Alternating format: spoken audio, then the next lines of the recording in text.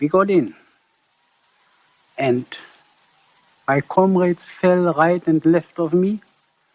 But then I was confronted by a French corporal, he with his bayonet at the ready, and I with my bayonet at the ready.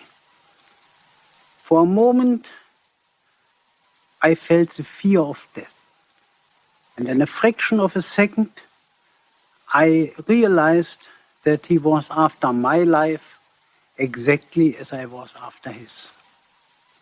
I was quicker than he was.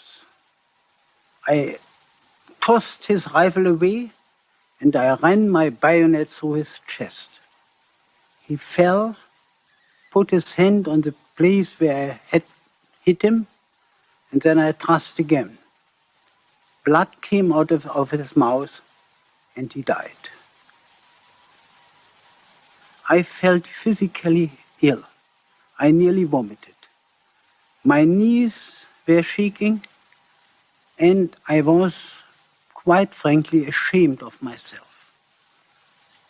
My comrades, I was a corporal there then, were absolutely undisturbed by what had happened. One of them boasted that he had killed a Paulie with the butt of his rifle. Another one had strangled a captain, a French captain.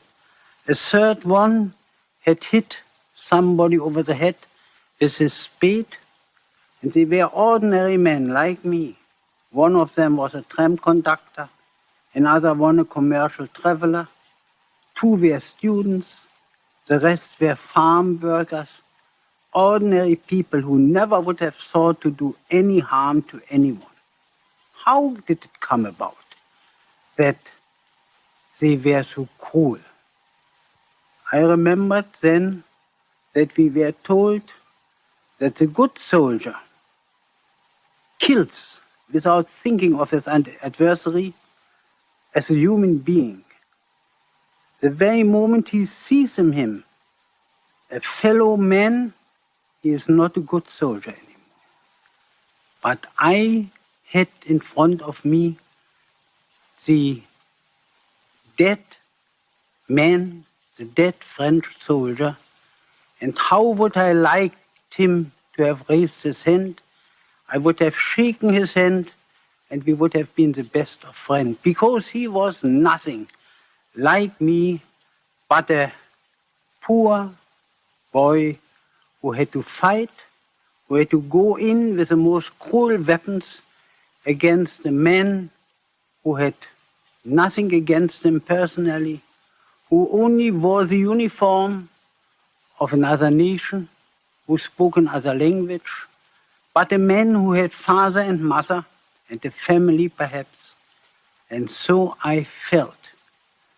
I woke up at night sometimes drenched in sweat because I saw the eyes of my fallen adversary, of the enemy, and I tried to convince myself what would have happened to me if I wouldn't have been quicker than he, what would have happened to me if I wouldn't have thrust my bayonet first into his belly.